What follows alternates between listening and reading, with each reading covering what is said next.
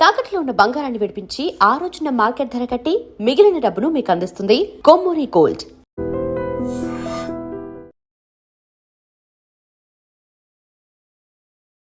నమస్కారం, welcome to I dream. ధర్మ మార్గం విత్ విజిత కార్యక్రమానికి స్వాగతం.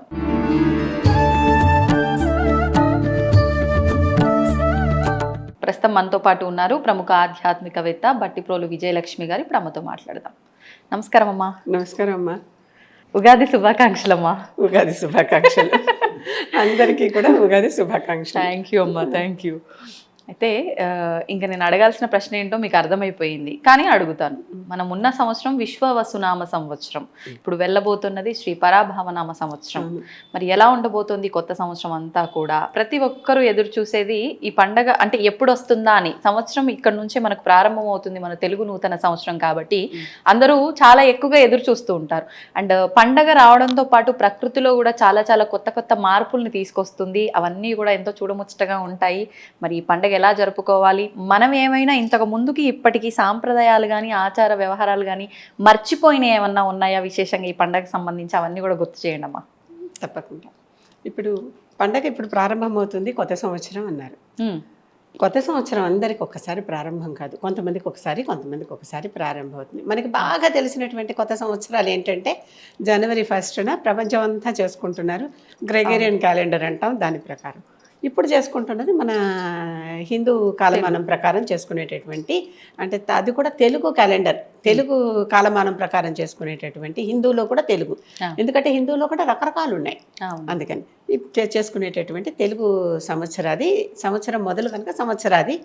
యుగానికి అది మొదలు అని చెప్పుకునే వాళ్ళు, అంటే కృతయుగం ఈ రోజున ప్రారంభమైంది అనేది ఒక నమ్మకం. ఎందుకంటే ఆ పాతకాలపు కాలమానాలు మనం లెక్కించి ఫలానే సంవత్సరం ఖచ్చితంగానని చెప్పలేం కనుక నమ్మకం అనే మాట వాడుతున్నాను నేను. కనుక దానికి యుగాదిగా మొదలయ్యి నెమ్మదిగా ఉగాదిగా మనకి అలవాటైపోయింది పదం. ఇప్పుడు మనం చేసుకుంటున్నాం, కానీ తమిళం వాళ్ళు సౌరమానం పాటిస్తారు, వారు ఇంకొద్ది రోజుల తర్వాత చేసుకుంటారు. మనకన్నా వెనక్కి అవుతుంది, లేటర్ తర్వాత మనం చేసేసుకున్నాక వాళ్ళే చేసుకుంటారు. మనతో పాటు చేసుకునే వాళ్ళు కన్నడిగులు మనతో పాటే చేసుకుంటారు, మహారాష్ట్రీయులు మనతో పాటే చేసుకుంటారు. వాళ్ళు కూడా కన్నడిగులు ఉగాది అంటారు, వీళ్ళందరూనేమో దానిని గుడి పర్వ అంటారు మహారాష్ట్రీయులందరూ. అది కాకుండా మళ్ళీ బిహు అని అస్సామీలు చేసుకుంటారు. మళ్ళీ అందరూ కూడా కొత్త కొత్త సంవత్సరాలు కొత్తగా వాళ్ళ పక్కకి సరిపోయేటట్టుగా. అందుకని కొత్తగా వసంతం చిగురిస్తుంది, అందుకని ఇప్పుడు మనం చేసుకుంటున్నాము. ఆ సమయంలో ఆ క్యాలెండర్ చేసుకోవటం అంత ఉగాది అంటే వాళ్ళ కొత్త సంవత్సరం అప్పుడు వాళ్ళకి ఆకులు రాలిపోతూ ఉంటాయి, మనకు ఆకులు వస్తూ ఉంటాయి అని అనుకుంటానే.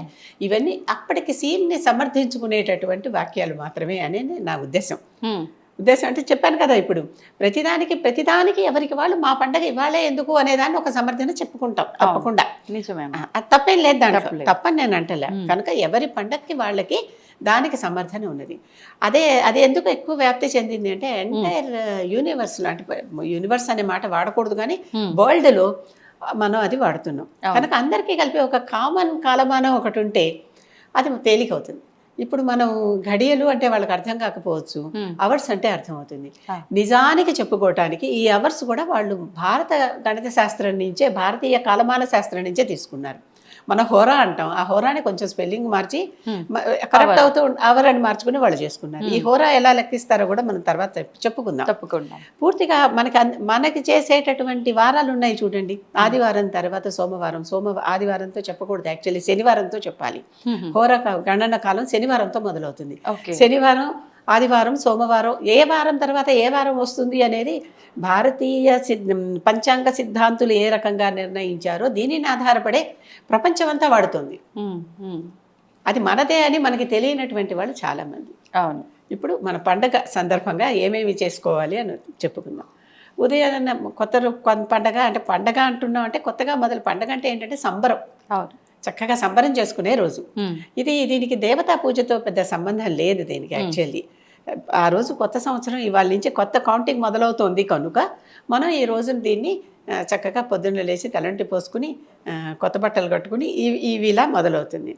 ఈ పండగకు ఉన్న ఒక ప్రత్యేకత ఏంటంటే, 2 ప్రత్యేకతలు చెప్పుకోవాలి. ఒక ప్రత్యేకత ఏంటంటే ఉగాది పచ్చడి తినటం, ఇంకో ప్రత్యేకత ఏంటంటే పంచాంగ శ్రవణం వినటం. శ్రవణం అంటేనే వినటం. చెవులతో వినటం, ఈ రెండు చాలా ప్రత్యేకం. ఇవి ఇంకెక్కడ ఉండవు, అవును. దీనికి మాత్రమే ఉంటాయి. ఇవి షడ్రుచులు. రుచులు అనేవి 6 అసలు. షట్ అంటేనే 6 రుచులు, షడ్రుచులు. కారం, చేదు, పులుపు, వగరు, తీపి, ఇంకొకటి ఏదో ఉప్పు. ఈ 6 రుచులే మనకి రుచులు. ఈ 6 రుచులకు మించి అసలు సృష్టిలోనే ఇంకొక రుచి లేదు. ఈ 6 రుచుల సమ్మేళనంగా అన్నిట్లో చక్కగా అప్పుడే బజార్ నుంచి తెచ్చిన ఉప్పు, అప్పుడే వచ్చిన కొత్త బెల్లం, అన్ని కొత్తవి, అప్పుడే వచ్చిన కొత్త చింతపండు, లేకపోతే కొత్త చింతపండే దీనికి పులుపుకు వాడేది. పులుపుకు వాడేది మామిడికాయ కాదు, మామిడికాయ పిందెల్లాగా ఉంటాయి కనుక ఇంకా వగరుగా ఉంటాయి అవి. అవును, దాంట్లో వగరు. లేత మామిడికాయలు. చేదుకేమో వేప పువ్వులు. వేప పువ్వులు ఆరోగ్యం కూడా, యాంటీబయాటిక్, ఆరోగ్యం కూడా వేప పువ్వులు. ఇలా అన్నీ ఒక్కొక్క రుచికి, ఒక్కొక్కటి కారానికేమో అప్పుడే తీసుకొచ్చిన పచ్చిమిరపకాయ. ఈ పచ్చిమిరపకాయలు దొరకని వాళ్ళు ఉన్నారు కొన్ని దేశాల్లో. మన తెలుగు వాళ్ళే అక్కడ ఉండి అయ్యో మేము చేసుకోలేకపోతున్నామే అనేవాళ్ళు. చేదుకు బదులు మెంతి, మిరపకాయ బదులు మిరియం వాడతారు, పెప్పర్. ఓకే, అవి దొరుకుతాయి కదా, కనుక అవి వాడటం అలా అలవాటు చేసుకున్నారు. బెల్లం లేకపోతే షుగరు. మొత్తం మీద రుచి రావాలి, ఆ రుచులన్నీ 6 రుచులు పడాలి. ఈ 6 రుచులు సమాన పాలలో వేసి చక్కగా దానిని కలిపి, అది దేవతకి ముందర, దేవుడి ఇంట్లో రెగ్యులర్గా ఏ దేవుడిని మనం పెట్టి పూజిస్తున్నామో అక్కడ ఒకసారి నైవేద్యం పెట్టి, పండగలకి కొబ్బరికాయ కొట్టడం అనేది అలవాటు అయిపోయింది కదా. ఈ కొబ్బరికాయ కొట్టడం అనేది ఏంటంటే దేవత ముందర మన అహం బ్రేక్ చేసుకుంటున్నాం అని చెప్పడం. అంటే ఆ కొబ్బరికాయని కొంచెం గట్టిగా పగలకొడితే కానీ, వంగి పగలకొడితే కానీ పగలదు కనుక మన అహం దేవత దగ్గర బ్రేక్ చేసుకుంటున్నాం. అంటే నీకంటే నేను తక్కువనే అని చెప్పుకోవటం అనమాట, ఒప్పుకోవటం. అది చేసి కొబ్బరికాయ కొట్టి నైవేద్యం పెట్టి తర్వాత తీసుకొచ్చి మొట్టమొదటి ఆహారంగా, రోజు పొద్దున్న లేచే వాళ్ళందరూ టీలో కాఫీలో తాగుతూ మొదలు పెట్టకుండా ఈ రోజున మాత్రం తప్పనిసరిగా ఉగాది పచ్చడితో మొదలు పెట్టడం అనేది ఒక పద్ధతి అయిపోయింది అందరికీ. ఆచారం అంటా ఉంది, ఆచరించేదే ఆచారం అని ఎప్పుడు చెప్తూ ఉంటా. ఇది ఆ రోజున అది తీసుకుని అందరూ దాన్ని తీసుకొని, అంటే జీవితం అనేది షడ్రుచుల సమ్మేళనం. ఈ 9 రుచులు, ఈ 6 రుచుల్ని మనం ఎప్పటికప్పుడు అనుభవిస్తూ ఉండాల్సిందే. కనుక ఒకసారి కష్టం వస్తుంది, ఒకసారి సుఖం వస్తుంది. సుఖానంతరం దుఃఖం, దుఃఖానంతరం సుఖం అని మనకు ఒక సామెత కూడా ఉన్నది. ఒకదాని తర్వాత ఒకటి అది మనకి రోజు తెలిసిపోతుంటుంది. పగల తర్వాత రాత్రి, రాత్రి తర్వాత పగలు, రొటీన్ అది. వెలుగు తర్వాత చీకటి, చీకటి తర్వాత మళ్ళీ వెలుగు. ఇవి వస్తూనే ఉంటాయి. ఋతువులు కానీ ఇవన్నీ మనకి చెప్తూనే ఉంటాయి, అన్నీ వస్తూనే ఉంటాయి. ఇవి సర్కులర్గా తిరుగుతూనే ఉంటాయి. ఇవి చక్రమణం అంటాం. అంటే చక్రం ఎలా అయితే తిరుగుతుందో అలా తిరుగుతూనే ఉంటాయి అన్నమాట. ఇవి తిరుగుతూ వీటిల్లో మనకి అన్ని రకాల ఈ రుచులన్నీ తినటం వల్ల be ready for all the taste, for all the experiences, అంతే, ఫర్ ఆల్ ది ఎమోషన్స్ అని చెప్పటం అనమాట వాళ్ళకి. కొంతమంది ఏమో నాకు ముందరే చేదు తగిలింది, ఈ సంవత్సరం అంతా నాకు చేదుగా ఉంటుందేమో, దాంట్లో వచ్చిన చిన్న పచ్చిమిరపకాయ ముక్కనే కొరికి నాకు అంతా కారం తగిలింది, ఈ సంవత్సరం నాకు కారంగా ఉంది అనుకోవటం కూడా ఒక అలవాటుగా మారిపోయింది. అంతేగాని అసలు ఈ షడ్రుచులు వాడేది కేవలం జీవితంలో అన్ని రకాల అనుభూతులు ప్రతి వాళ్ళు పొందవలసిందే అని చెప్పటం.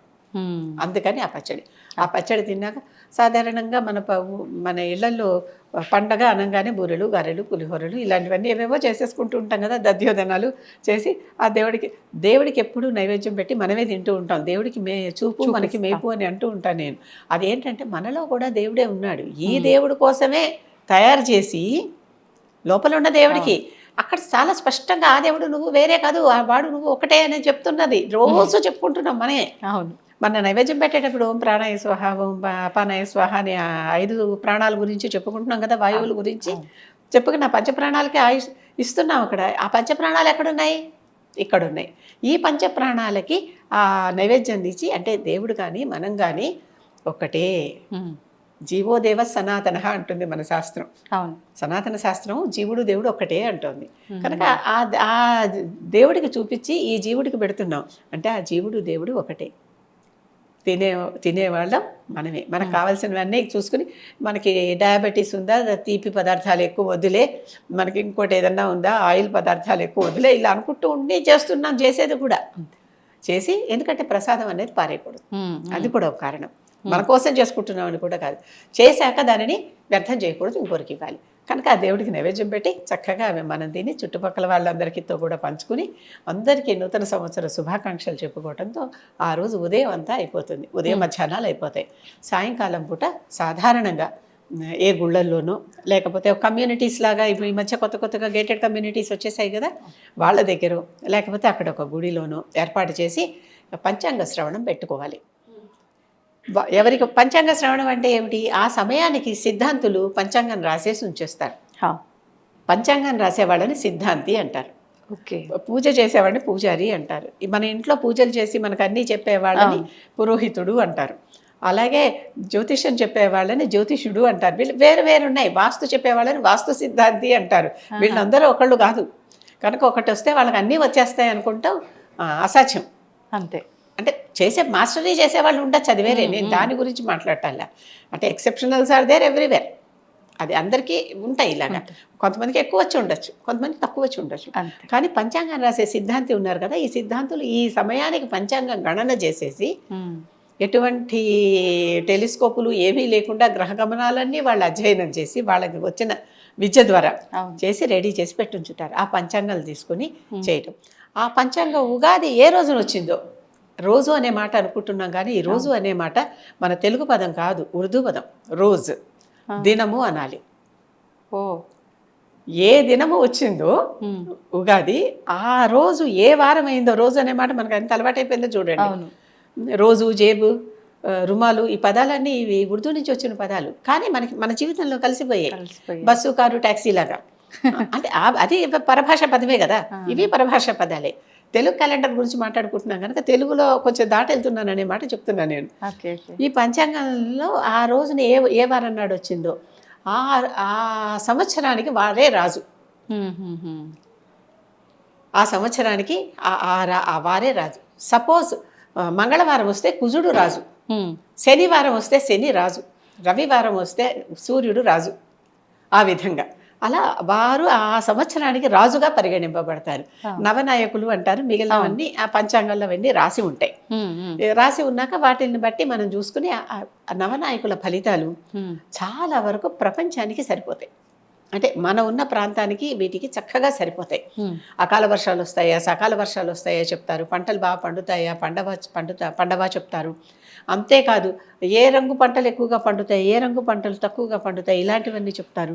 ధరవరలు అంటే ముత్యాలు పెరుగుతాయి, వజ్రాలు పెరుగుతాయి, లేకపోతే తగ్గుతాయి, బంగారం పెరుగుతుంది తగ్గుతుంది, భూముల ధరలు పెరుగుతాయి తగ్గుతాయి, ఇలాంటివన్నీ చెప్తారు. ఇవన్నీ ఆ పంచాంగంలో రాసి ఉంటాయంటే వాళ్ళు ఎంత ఆలోచిస్తున్నారో, ఎన్ని ఫీల్డ్స్లో ఆలోచించి పంచాంగాన్ని రచిస్తున్నారో ఆలోచించండి. ఆలోచించి కాదు, వాళ్ళకి అవంతా విద్య, వాళ్ళకి అవన్నీ రాసి ఉంటాయి.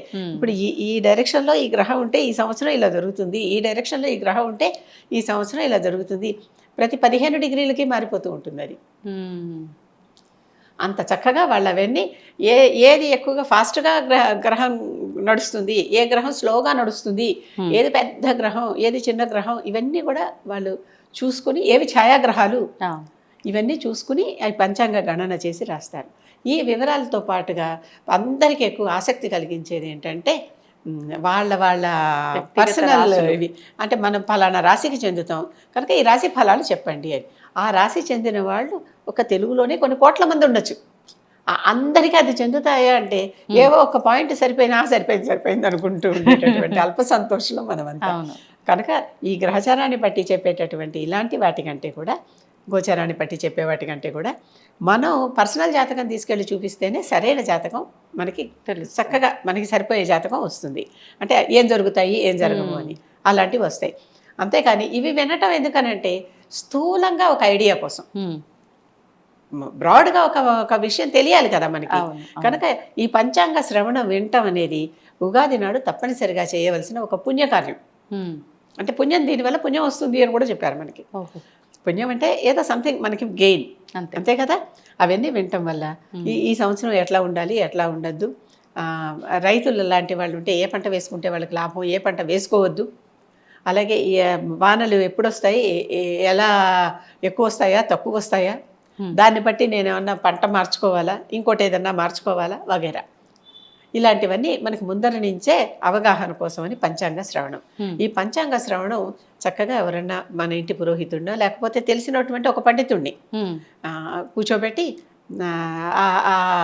పంచాంగం ఆయనే పట్టుకొస్తారు, లేకపోతే మనం ఒకటి ఏదైనా వాళ్ళకి ఇస్తాం, కొత్త పంచాంగం తీసుకుని చక్కగా పంచాంగ శ్రవణం చేయటం. పంచాంగము దానం ఇవ్వటం ఉగాది రోజు దానం కూడా చాలా మంచి పద్ధతి. ఆహా. ఉగాది రోజు చక్కగా 4-5 పంచాంగాలు, మంచి మంచి పంచాంగాలు అంటే ఏమిటి, ఈ మధ్య రకరకాల పంచాంగాలు వస్తున్నాయి. వాటన్నిటిలో చూసి స్టాండర్డ్గా అనిపించేటటువంటి పంచాంగం. ఎందుకు ఈ రకరకాల అనాల్సి వస్తుందంటే, మనం వింటూనే ఉన్నాం ప్రతి రాజకీయ పార్టీ వాళ్ళ ఆఫీసుల్లో పంచాంగ శ్రవణం చేయడం పుణ్యం అని చెప్పారు కదా, తప్పనిసరిగా చేస్తారు. అంటే ఒక పండితుడిని పిలిచి అక్కడ కూర్చోబెట్టి పంచాంగం చదివిపిస్తారు. వాళ్ళు చదివి ముఖ్యమైన విషయాలన్నీ, వివరాలన్నీ చెప్తూ ఉంటారు. రాజపూజ్యం, అవమానం, ఆదాయం, వ్యయం, ఇవన్నీ ఇలాంటి పాయింట్లన్నీ వాళ్ళు చెబుతూ ఉంటారు.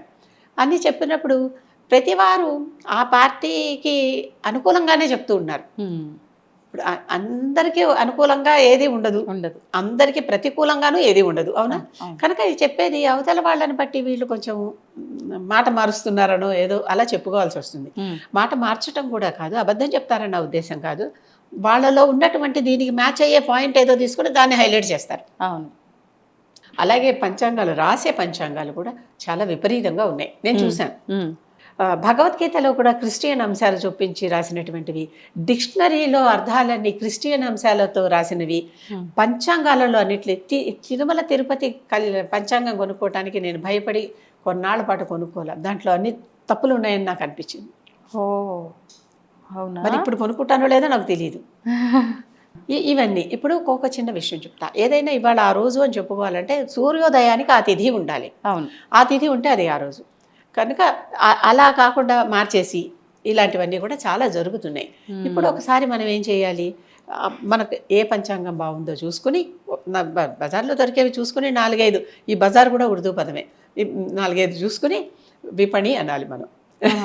వీధి అని కూడా అనకూడదు. విధి, విపణి ఇవి రెండు కరెక్టే. విధి, విపణి అంటే సంస్కృత పదమా? సంస్కృత పదమే, వ్యాపార విధి అని అర్థం. అక్కడికి వెళ్ళి దాంట్లో ఉన్నటువంటి పుస్తకాలు 4-5 చూసి మీకు ఏది బాగుంది అనిపిస్తే, ఎవరి అభిప్రాయం వారిదే కదా, ఎవరి మతం వారిది, ఎవరి అభిమతం వారిది, ఎవరికి ఏ పంచాంగం సమ్మతం అయితే ఆ పంచాంగం వారు తెచ్చుకుని చక్కగా నలుగురికి, స్నేహితులకో బంధువులకో ఎవరికో ఒకరికి, ఆ రోజు ఇంటికి వచ్చిన వారికో, ఆ రోజు తటస్థపడ్డ వారికో ఇస్తే అది కూడా ఒక పుణ్యకార్యం. పంచాంగ దానం అనేది చాలా గొప్ప పుణ్యకార్యం. ఓకే, ఇలాంటివి చేయొచ్చు. ఇలా కొత్త సంవత్సరం వచ్చి 2 నెలలు అయింది, 3 నెలలు అవుతుంది ఇప్పటికి. ఆ క్యాలెండర్ కూడా దీనికి జత చేసి ఇచ్చినా కూడా, అంటే ఆల్రెడీ 3 నెలలు అయిపోయింది. అది ఇంగ్లీష్ సంవత్సరం, ఇంగ్లీష్ క్యాలెండర్, జనరల్ క్యాలెండర్ అనుకుందాం. Why English? Are we not using it కదా? కనుక I don't want to add that adjective to that. ఆ ఇంగ్లీష్ అనే యాడ్జెక్టివ్ దానికి వాడదలుచుకోవాలా నేను? ఒక యూనివర్సల్ క్యాలెండర్. ఓకే, అది అంటే ఎక్కువగా ఆచరించేది అంటే వాళ్ళ పోపు నిర్ణయించినప్పుడు, గర్గరి అనే పోపు ఉండేవాడు, ఆయన పెట్టిన క్యాలెండర్ కనుక అలా వచ్చేసింది. అది అదేలేండి, ఆయన నిర్ణయించి ఇదే క్యాలెండర్ అందరికీ అని. జనాభా వాళ్ళది ఎక్కువ తెలుసు కదా, పదుగురాడు మాట పాడి ఏ ధరచెల్లు ఉంది కదా మనకి. కనుక ఎక్కువ మంది ఏది వాడుతుంటే అదే అందరికి అలవాటు అయిపోయింది. అది వాడటంలో ఒక ఉపయోగం కూడా ఉంది, ఒక ఏంటి ఈజీ ఉంది అనమాట. అది ఏంటి సౌలభ్యం. ఇప్పుడు నువ్వు ఇవాళ డేట్ ఏంటి అంటే చక్కగా 30/3/1926 అని అనుకుందాం. ఒకటి ఏదో ఫర్ ఎగ్జాంపుల్ చెప్తున్నాను నేను, not that it is today's date. ఇది అందరికీ యూనివర్సల్గా ఈ డేట్ అర్థమవుతుంది. అలా కాకుండా చైత్ర మాసంలో శుక్లపక్షంలో ఫలానా తిథి నాడు ఫలానా సంవత్సరం అంటే ఎవరికి అర్థం కాదు. ఈ సంవత్సరాలు కూడా 60కి ఒకసారి తిరుగుతాయి. అవి ఏమైనా మనం పెళ్లిళ్ళకి, ఏదైనా శుభకార్యాలకు పంతులు అంటే ఇప్పుడు ఇదే ఇంకొకళ్ళు ఎవరైనా చూస్తే వాళ్ళకి అర్థం కావాలి కదా. అవును, అక్కడ అందుకే సౌలభ్యం అన్నా నేను. ఈ 33/26 అని వేస్తే అందరికి అర్థమవుతుంది అంతే. కనుక అందరికి అర్థమయ్యేటటువంటి భాషలో మాట్లాడుకుంటే మనకి కమ్యూనికేషన్ ఈజీ కదా. కనుక కమ్యూనికేషన్ ఈజీ ఉంది కనుక అందుకనే నేను దాన్ని కూడా తప్పు పట్టను. అది కూడా మంచిదే, అది కూడా కాలమానం. ఏదో కొంతమంది మీటర్లలో కొలుస్తారు, కొంతమంది మూరల్లో కొలుస్తారు, అంతేనా? అంతే. ఇప్పుడు పూల వాళ్ళ దగ్గరికి వెళ్తే వాళ్ళు మూరల్లో కొలిచిస్తారు, వాళ్ళని మీటర్లలో కొలిచి ఇవ్వాలంటే వాళ్ళ దగ్గర మీటర్ స్కేల్ లేదు పోమంటారు, అవునా? మూర అయితే వాళ్ళ దగ్గరే ఉంది. కొలమానం వేరే, అంతే. అంతకు మించి ఒకటి తప్పు అనేది నేను ఎప్పుడు అనను, ఒప్పుకోను. ఎందుకో కూడా చెప్తున్నాను కదా. కొన్నిటికి యూటిలిటీ ఎక్కువ, కొన్నిటికి ఇక్కడ మన ప్రస్తుతం వాడుకుంటున్న దానికి మన శాస్త్రీయ సంప్రదాయం కూడా ఒకటి ఉంటుంది. కనుక మన సంప్రదాయాన్ని మనమే పాటించకపోతే ఎవరు పాటిస్తారు? అంతే కదా. కనుక మనం పాటించాలి. అది ఇవి పద్ధతి. ఉగాది ఆ రకన చక్కగా పొద్దున పూట పచ్చడి, అంటే తలంటి పోసుకొని, కొత్త బట్టలు కట్టుకొని, పచ్చడి చేసుకుని, దేవతలు పూజ చేసుకుని, మంచి మంచి పిండి వంటలు చేసుకుని, భోజనం చేసి పైగా మొదటి సంవత్సరం ఎట్లా ఉందంటే ఆ రోజంతా అట్లా ఉంటుందనేది ఒక నమ్మకం అందరికీ. దానికి కూడా ఏమీ శాస్త్రీయ ఆధారం లేదు, నమ్మకం మాత్రమే. నమ్మకాలంతే. ఆ నమ్మకాన్ని బట్టి ఆ రోజున మనకు కావాల్సినట్లుగా చక్కగా మనకి ఇష్టమైన ఆటలు ఆడుకుని, మనకి ఇష్టమైన వంటలు వండుకుని, మనకి ఇష్టమైన వంటలు తిని అవును చేసి మళ్ళీ తర్వాత ఆ రోజు సాయంత్రం పంచాంగ శ్రవణం విని ఆ పంచాంగాలు నలుగురికి పంచుకుని అక్కడితో ఉగాది అయిపోతుంది. మర్నాడు డే 2 అంతే. రొటీన్ లైఫ్ మళ్ళీ రొటీన్ లైఫ్. ఇది అసలు ఉగాది అంటే ఇది.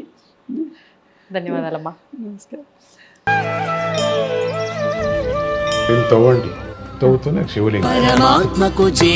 సరే దాన్ని అట్లా కప్పేసేయండి, చూపించదండి. Krishna is there.